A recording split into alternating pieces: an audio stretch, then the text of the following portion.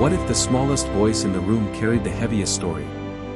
What if a 10-year-old child walked onto the biggest stage in the world, not to win applause, but to carry a legacy? The lights inside America's Got Talent felt brighter than usual that evening. The stage shimmered. The audience buzzed with excitement. Judges flipped through their notes, expecting another ordinary audition. Then she walked out. A tiny girl with long, carefully tied dreadlocks. Barefoot. Calm. Unshaken. She did not look nervous. She did not look overwhelmed. She looked certain. Many in the audience exchanged confused glances. A child. Dreadlocks. From India. On a stage known for grand spectacles. What could she possibly do that hadn't already been done? Her name was Anaya Sharma. Only 10 years old. But her eyes carried something far older. Something deeper. Backstage, her parents watched silently. Her father pressed his hands together, whispering a quiet prayer. Her mother held her scarf tightly, her heart racing faster than the ticking clock above the stage. This wasn't just a performance for them. It was memory. It was pain. It was tribute. For years, Anaya had grown up listening to reggae music in a small apartment far from America.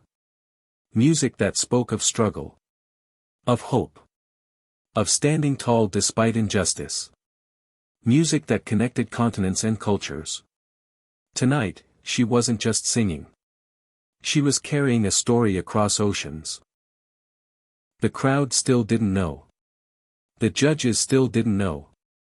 They saw a little girl. They did not yet see the storm in her voice. And as the music track began to play softly in the background, the entire theater slowly fell into silence. Because sometimes, the most powerful voices come from the smallest hearts. And sometimes, a child doesn't just perform. She reminds the world what it feels like to believe. Yet the deepest struggle was invisible. Anaya feared that no matter how much she sang, she might never be able to repay the music that saved her father from sinking into despair. And that fear quietly followed her, all the way to the grand stage in America. Anaya's love for reggae did not begin as a hobby. It began as healing. 3 years earlier, her family had faced a silence that felt heavier than any storm. Raghav had lost his teaching position when the small private school where he worked shut down without warning. Overnight, stability disappeared. The guitar in the corner gathered dust. Bills stacked quietly on the dining table. Conversations at home grew softer, shorter. Anaya had never seen her father sit so still. For weeks, he stopped playing music. The man who once filled their evenings with melody now stared at the floor as if searching for answers between the tiles. Mira tried to remain strong. She sold a few of her gold bangles, small pieces of her wedding memories, just to keep the household running. But Anaya noticed everything. Children notice more than adults think. The house that once echoed with rhythm became painfully quiet. One evening, while cleaning an old shelf, Anaya found a CD her father used to play often. Reggae music filled the room when she pressed play. The sound was warm. Honest. Full of struggle, yet full of hope. Something shifted that night.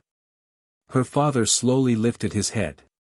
For the first time in weeks, he listened. The lyrics spoke of resilience. Of standing tall when the world turns away. Of believing in tomorrow even when today feels heavy. Anaya watched her father's eyes soften. From that day forward, reggae became more than music in their home. It became strength. It became courage. But outside their apartment walls, life remained difficult. Money was still tight. Relatives questioned their choices. Some neighbors whispered that listening to foreign music would not solve Indian problems. At school, the teasing grew louder when Anaya decided to style her hair into dreadlocks. She wanted to honor the culture of the music that had healed her family. Many did not understand. Some called her strange. Some laughed. Each comment felt like a small cut. The music began softly. A slow reggae rhythm flowed through the massive theater. The kind of rhythm that does not rush. The kind that breathes. Anaya closed her eyes. For a brief second, the bright lights disappeared. The thousands of faces vanished. The judge's table faded into darkness.